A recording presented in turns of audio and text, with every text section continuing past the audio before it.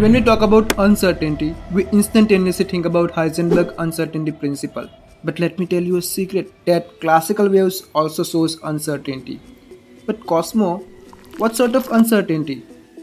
So to know that, you should first know about the wave packets. So without wasting your certain focus, let's move towards the uncertain classical waves.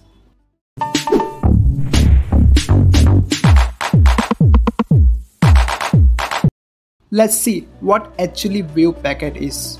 So all the real waves, it's very important here to mention the real word because ideal waves are in your dreams, not in the real world. Okay.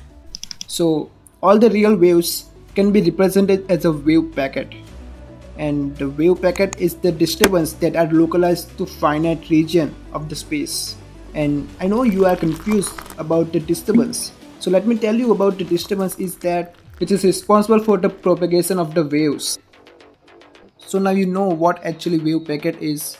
Let's move towards the uncertainty of the classical waves. And for that you just need to think about a very small wave packet whose disturbance is well localized to small region of the space. Just assume its size, or you can say its length, is delta x, and now we are going to measure the wavelength of the wave packet. But while doing so, you realize that it is very difficult to define exactly where the wave starts and where it ends. So this causes uncertainty in the measurement of the wavelength. Let's denote this uncertainty is delta lambda. We can also represent uncertainty as a fraction epsilon of the wavelength lambda. So that means delta lambda is equal to epsilon lambda. But Cosmo, tell me one thing. How much uncertainty is there in the measurement of the wavelength? So as we know that the uncertainty should be less than the 100% of the wavelength, and also it should be greater than the 1% of the wavelength. So we can roughly estimate that it is 10% of the wavelength. That means the value of epsilon is approximately 0.1. Now as you can see that the size of the wave packet is roughly 1 wavelength, and when we take the product of the delta x and delta lambda, our final result is epsilon lambda square, which shows the inverse relationship between the size of the wave packet and the uncertainty in the wavelength. So from this equation we can say that the smaller the size of the wave packet, the greater the uncertainty in our knowledge of the wavelength.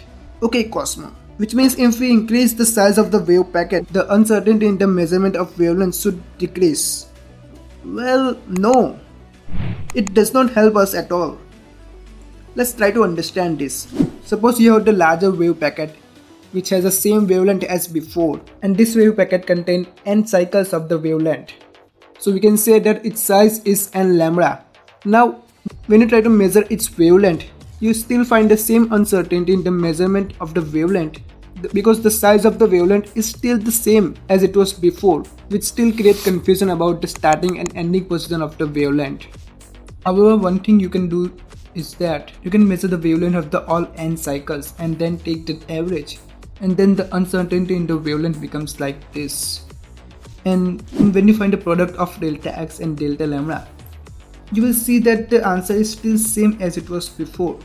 So that means this equation is the fundamental property of the classical wave called the position wave uncertainty of the classical waves, which indicate that it is the independent of the type of wave or the method that we use to measure the wavelength.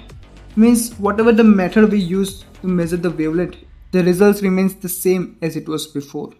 So this was the uncertainty relationship for the classical waves. However, this was just the part 1. The next part is coming soon. Till then you can watch the video on the particle waves. The link is in the description. And thanks for watching this video, and if you like this video, do subscribe Cosmo Observer.